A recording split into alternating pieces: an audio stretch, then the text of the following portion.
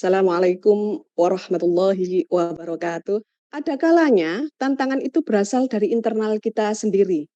Kelompok pergantian rezim yang berkuasa melahirkan kebijakan politik yang berorientasi pada kepentingan kelompok partai sehingga ideologi Pancasila terabaikan. Tadi sudah banyak dibahas juga terkait hal ini.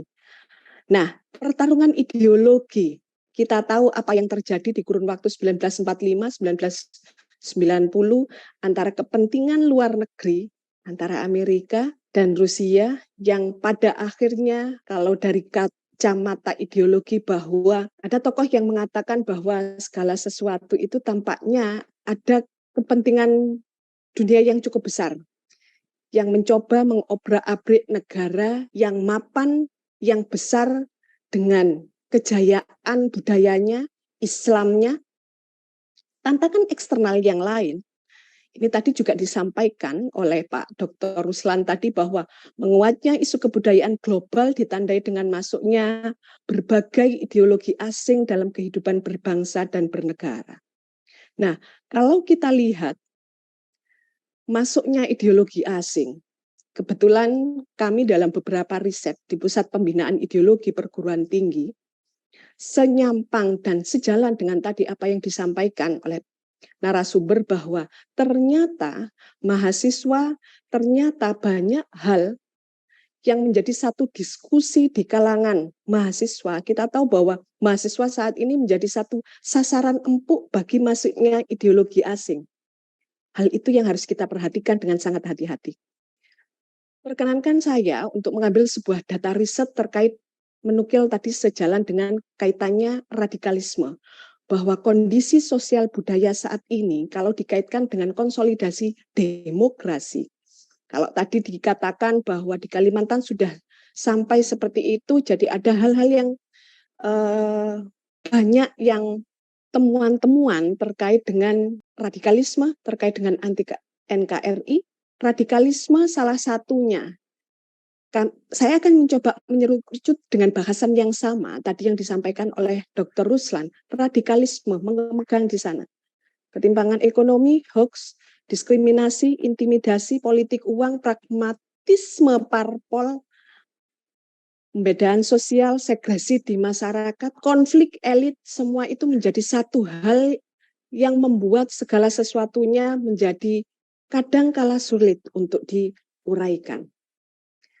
Mendekati 2024, lumayan sekali menjadi isu yang cukup ramai juga dibicarakan bahwa fanatisme masyarakat, terorisme, radikalisme, keberpihakan ini menjadi satu hal isu yang juga masih hangat untuk diangkat. Nah, saya mencoba untuk mengerucut juga tadi kaitannya dengan ada sesuatu di belakang kita yang terus perlu kita waspadai. Tadi Pak Idam juga menyinggung terkait hasil riset Alfara Research Center, di mana ada hal yang perlu kita waspadai terkait dengan radikalisme. Saya setuju sekali bahwa ternyata riset ini fakta membuktikan jika mahasiswa setuju dengan jihad untuk tegaknya negara Islam. Ini sejalan dengan tadi yang disampaikan oleh Pak Dr. Ruslan, 23,4%, cukup besar. 18,1% menyatakan tidak setuju dengan ideologi Pancasila. Ada. Sehingga itu hasil riset ini, hasil fakta data-data ini yang menjadi satu pegangan kita untuk melihat apa yang harus segera konkret kita lakukan. Ketika di atas ramai dengan hal-hal perihal politik, ada sesuatu hal, hasil fakta yang kita harus bagaimana untuk ngopeni tanggung jawab kita semua sebagai nahdi. Dan ternyata uniknya juga, semua orang mungkin sudah tahu, pegawai BUMN itu juga sudah banyak yang terpapar loh. Tidak setuju dengan ideologi Pancasila 9,1%. Salah satu beberapa hal yang kami coba lakukan di kalangan perguruan tinggi, disosialisasikan ketika rekrutmen perguruan tinggi, yang kebetulan kami juga melakukan hal itu di lembaga kami, menyikapi hal ini. Ketika mahasiswa masuk, mereka harus hitam di atas bahwa akan ada aturan yang membatasi mereka minimal mungkin tentang pakaian. Kita juga mensosialisasikan bahwa tadi yang disampaikan oleh Pak Ida, mungkin mereka tidak tahu siapa kawan, siapa lawan.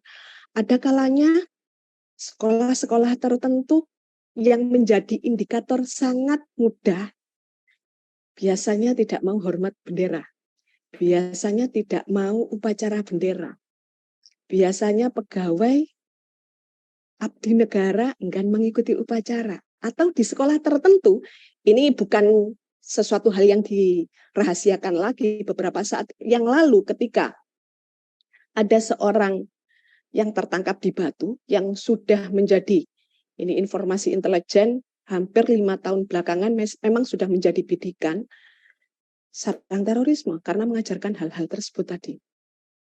Kaitannya dengan 23,3% pelajar SMA itu setuju dengan jihad. Dari mana mereka setuju? Itu tadi.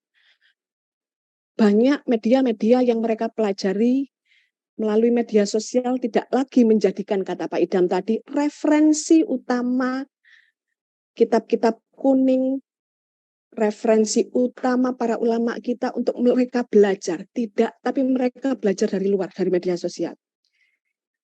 Beberapa saat lalu ketika kami mengadakan riset yang tadi bukunya sudah diceritakan juga oleh Pak Rizka Romi, bahwa ternyata di buku itu kami mewawancarai ada 18 napi terorisme ex mereka yang keluar dari Densus 88, 2 diantaranya sudah berangkat ke Syria, 1 diantaranya sempat dideportasi, beberapa diantaranya hampir 15 tahun menginap mondok di Nusa Kambangan, yang pada akhirnya mereka bercerita.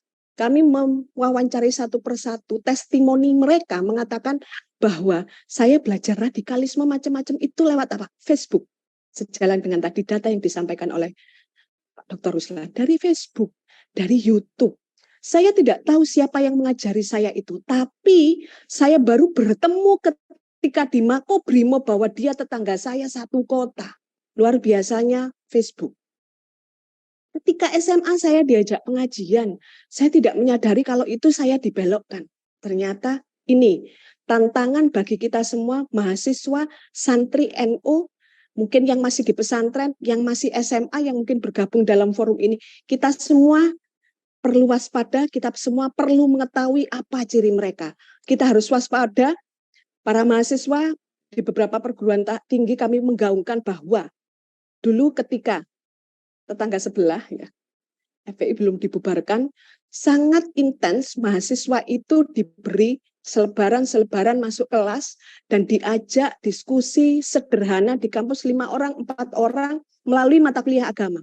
Kita bersyukur sekali bahwa teman-teman mahasiswa tergabung di Unusida ini dengan orang-orang, dengan tokoh-tokoh yang sangat peduli dengan hal itu.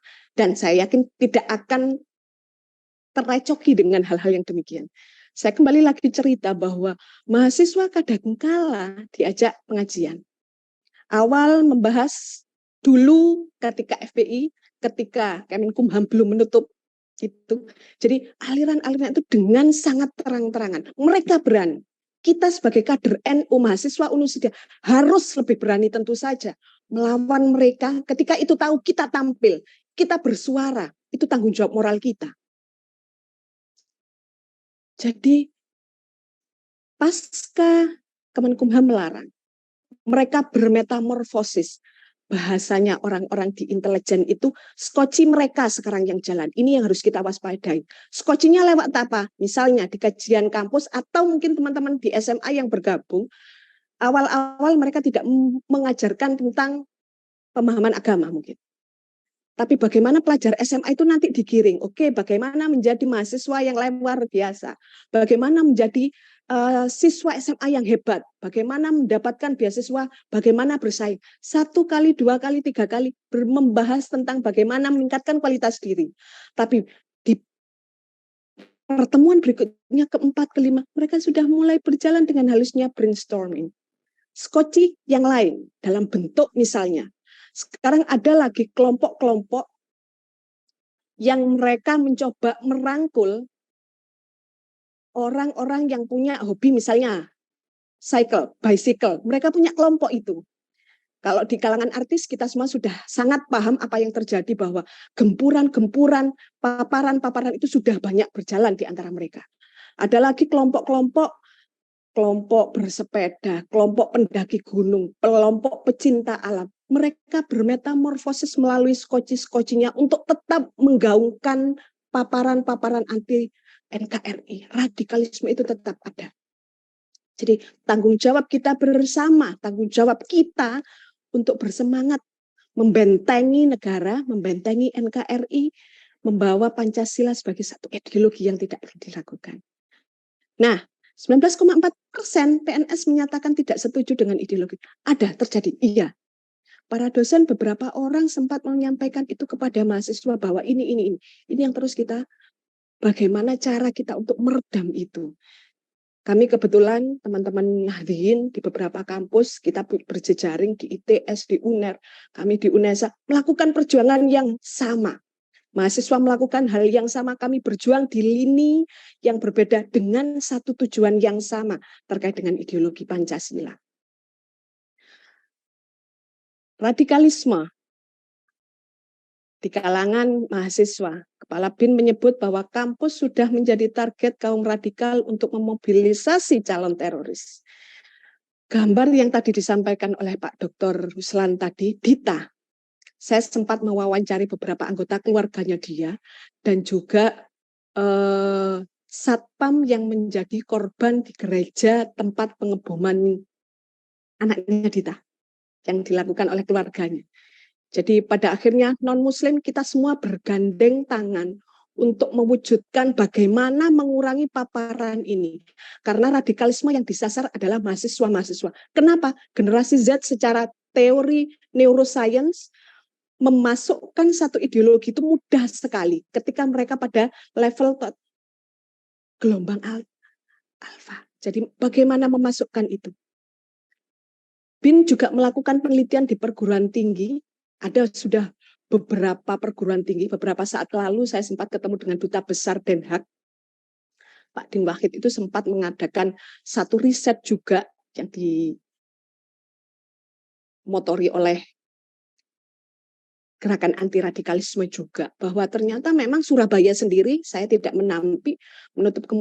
menutup fakta bahwa sudah banyak itu. Iya, yang kami lakukan, yang kita lakukan bersama adalah membentengi UKM, organisasi kemahasiswaan dan mahasiswa dengan apa? Pemahaman yang seperti ini. Kita gaungkan, ini loh cirinya. Kalau kamu ketemu orang seperti ini harus waspada. Kalau kamu harus seperti ini harus waspada. Bahkan kita juga memberikan keterampilan intelijensi kepada mahasiswa untuk menyusup pada kelompok-kelompok mereka. Kita melakukan satu recheck, media sosial itu sangat bisa diketahui. Ini aliansinya kemana? Kita buka Facebooknya, pertemanannya dengan siapa? Oh dengan ini, oh ternyata jejaringnya ini. Oh mumpung belum menyebar kepada teman-temannya, segera kita ambil, segera kita berikan pembinaan. 24% mahasiswa pelajar setuju. Ini tadi senada dengan hasil temuan riset tadi. Kondisi ini mengkhawatirkan karena mengancam keberlangsungan NKRI. Ini tadi yang sudah digarisbawahi oleh Pak Idam. Nah, batasan tentang radikalisme. Ini cukup singkat saja, siapa lawan, siapa kawan tadi. Kalau kata Pak Idam, radikalisme itu apa sih? Mereka yang menginginkan perubahan secara sosial, politik, dan kekerasan secara dramatis, secara drastis. Mereka yang mengatasnamakan agama. Radikal yang ada, langsung saja tunjuk, ada ISIS, ada Jamaah Islamnya Al-Qaeda, Hizbut Tahrir, FPI, NII, JAD, Laskar Jihad. Ini tidak asing lagi buat kita. PPT ini sudah saya sharekan juga pada ini, nanti mungkin bisa dibagi juga untuk kepada teman-teman mahasiswa. Nah, peran kampus, peran kita sebagai mahasiswa, agent of change. Ini sudah lewat tadi. Langsung saja, ini tadi yang sudah disampaikan juga oleh Pak Idam terkait hasil Al-Farah Research Center dan Wahid Foundation, di mana ternyata kebanyakan aktivis Rohis itu siap berjihad karena mereka sudah disiapkan. Mahasiswa itu banyak juga ternyata yang mendukung khilafah, itu ternyata banyak, 17,8%. Nah, pintu masuk yang harus kita waspadai Kalau dosen radikal di Unisida, alhamdulillah saya yakin 1001% tidak ada. Masjid kampus ini kalau di beberapa institusi negeri ini masih banyak mereka masuk lewat situ. Media sosial ini teman-teman mahasiswa yang perlu kita waspadai. Organisasi dan pengajian, maka memang menjadi satu hal yang bagus sekali gerakan Aswaja Center di Sidoarjo menyasar siswa-siswa SMA untuk diberi pembekalan. Kos-kosan mereka biasanya masuk ke kos-kosan mahasiswa, betul sekali.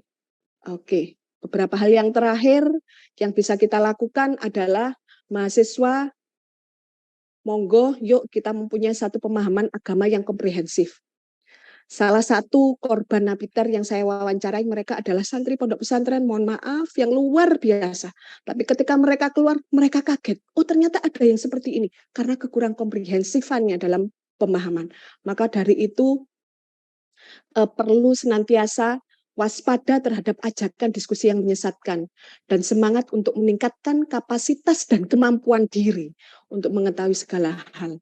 Dan sebagai akhir, kita bangsa Indonesia, kaum Nahdliyin, mahasiswa, pelajar, santri punya peluang yang begitu besar memimpin peradaban dunia. Konferensi Asia Afrika kemarin seperti itu kita tahu bagaimana peranan negara kita. Seminggu yang lalu saya di Jakarta sempat juga bersama 20 negara menandatangani kesepakatan Piagam Jakarta 2023 yang diinisiasi oleh Muslim Indonesia yang menegakkan perdamaian dunia dan anti perang, anti kekerasan. Itu saja Pak Moderator, Mawar Sekuntum tempat berlabuh cukup sekian dan terima kasih. Mohon maaf atas kekurangan. Wallahul muwaffiq ila aqwamit thoriq. Wassalamualaikum warahmatullahi wabarakatuh.